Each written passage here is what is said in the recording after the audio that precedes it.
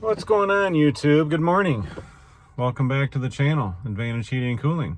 Hope everyone's doing great. Had a good 4th. In this video, you're going to see us replace the KoolGuard 2. We just installed this system last week, July 2nd, I believe. The video's not even out yet. I'm still editing at that, but we had a storm roll through here on Friday, the July 3rd, and it knocked out power surges, and the customer texted me a video of the lights blinking on the KoolGuard 2 surge protector voltage line monitor, and it was flashing a weird code, and I'll link it right here so you can see the video. But yeah, we're gonna come to find out it actually took the surge and it saved the beautiful ACIQ heat pump, 2.5 ton heat pump system that we just installed. It's an inverter, so this saved the components in the heat pump, and the surge protector did its job. So we'll get you some video on swapping it out.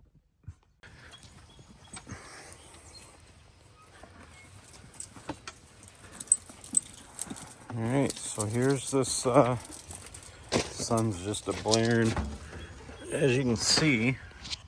See, get this up here so I can see. So they're alternating blinking, which means it's the bottom one there, which means service required. So we gotta kill power here in the unit. The craziest thing is this unit's still running, so we're gonna kill power, which will kill power to that. So let's take this out. Yeah, I really like these DTK-KG2 KoolGuard 2. They come sealed up in a heavy-duty thick plastic. Tyler can get it out. Grab the drill and this deal here is Phillips. Put that in there. No, it's got to go there. So the sun is blazing, and last Thursday we had a heat wave going on, and I was out here for, I believe it was 106. Yeah, 106 for the heat, and it was bad. And I think I started getting some heat stroke coming on. I got a really bad headache. I drink like 2 gallons of water with electrolytes.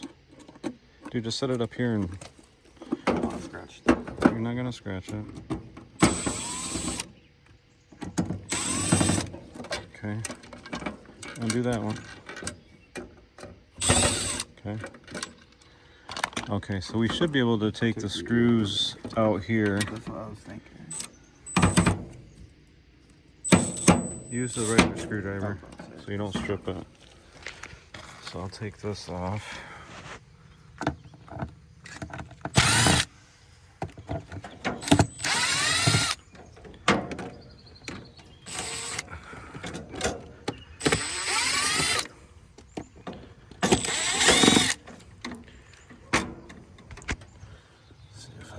There we go.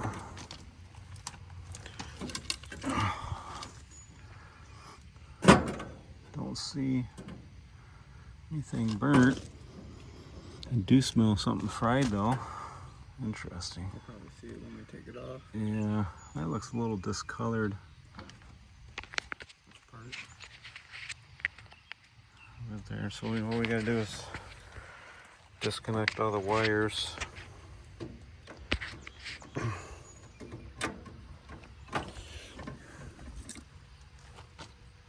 First, we want to, before we start getting our fingers in there, safety first. I like how they have that. They have the sticker saying tested. Oh. That's not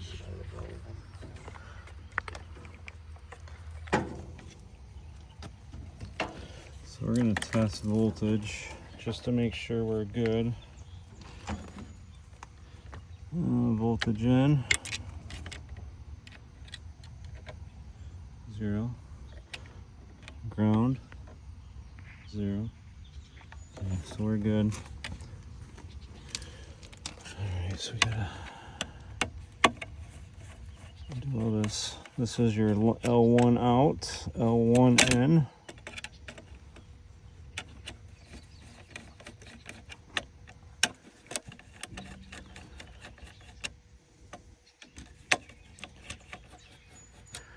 Yep, this is very important to use these when you're doing, in today's equipment, inverters and all that stuff. I talked to the people that work at this place and they said that the unit will still run, it just won't have any surge protection.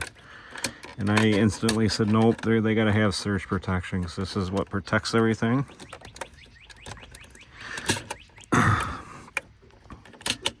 So, okay, you wanna take that other one out?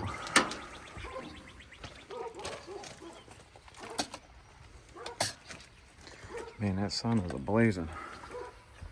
Peace.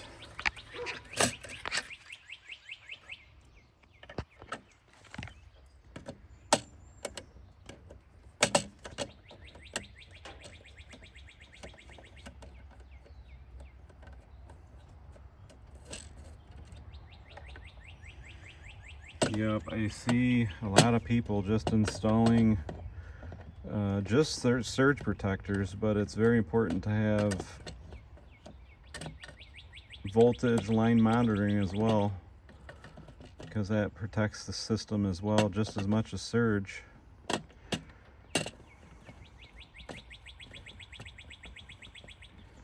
So if your power provider has a up and down voltage, it can also potentially be detrimental to the equipment as well.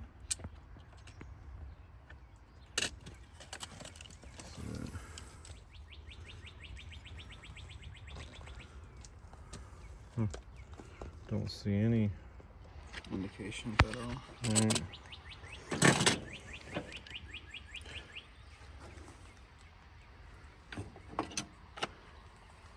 Yeah, everything looks the same. Well, obviously it did something, so.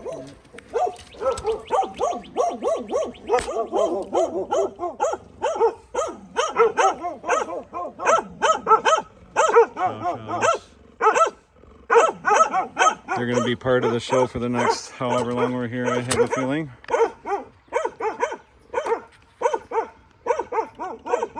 So now we're going to be putting that back. Putting that back.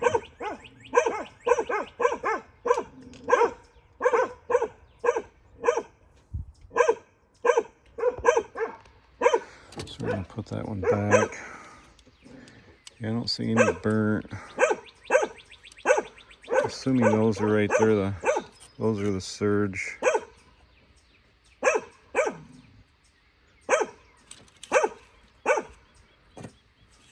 Interesting. So yep, that's your line in. Pretty simple to hook up.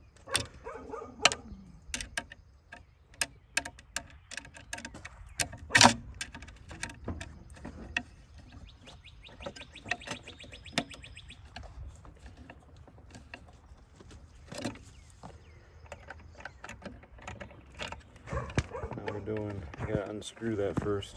Yeah, no. I'm just moving them over there. Now he's doing L1 in. And so then that goes L2 or L1 out and then L2 out, and then your 2 grounds. Huh?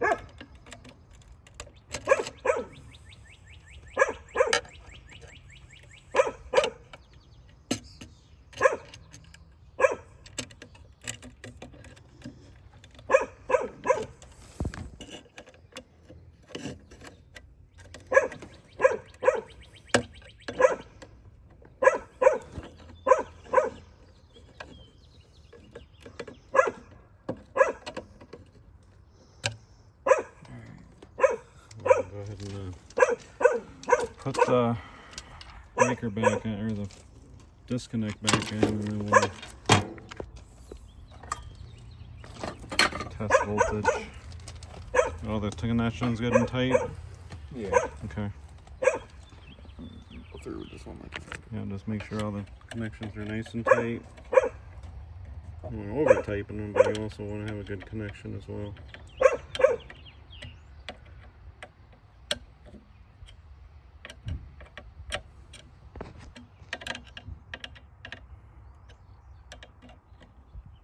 Okay.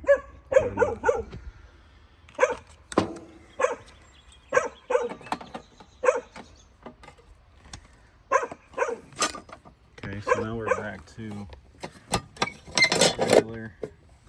So go ahead and test your voltage, line 1 and line 2 in, and let's see what that voltage is. No, yep, this one. No, that one. Oh, you said line 1 and line 2? Line 1 and line 2. My bad. So we're at 249, 248. So anytime that will hit over at about 250, 252, it will blink out. 124, what's your L2 to ground? L2 to ground. Oh, L2? L2 to ground. 124, 123, 124, okay. Let's go ahead and pop the cover back on.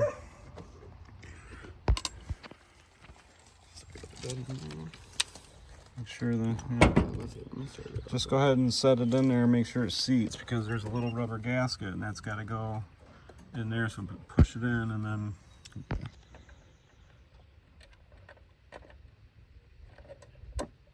just kind of push on that and it should seat it. You can use this.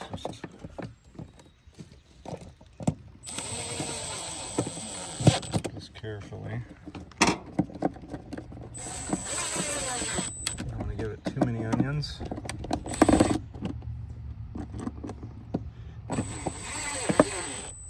Okay. Now we wait. So this is your user guide. Yep, and so basically what it was doing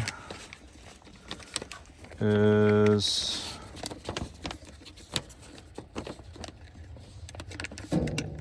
these two here were flashing, so it means service required. The unit is switched on still, but they just didn't have surge. But yep, this is set up for 3 minutes. After 3 minutes, everything will be powered on to the unit. So I think I'm just going to leave these on to 3 minutes from here on out. Gives it a little bit extra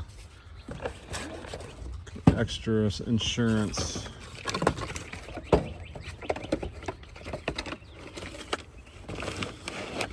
So that goes in the junk pile, although I might keep that for the cover.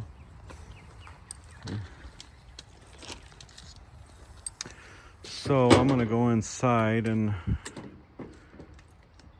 kick it on here in a minute. It should be calling, I'm assuming.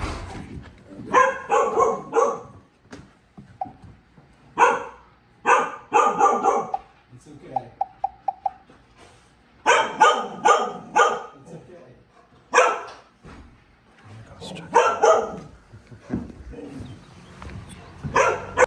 Here it is.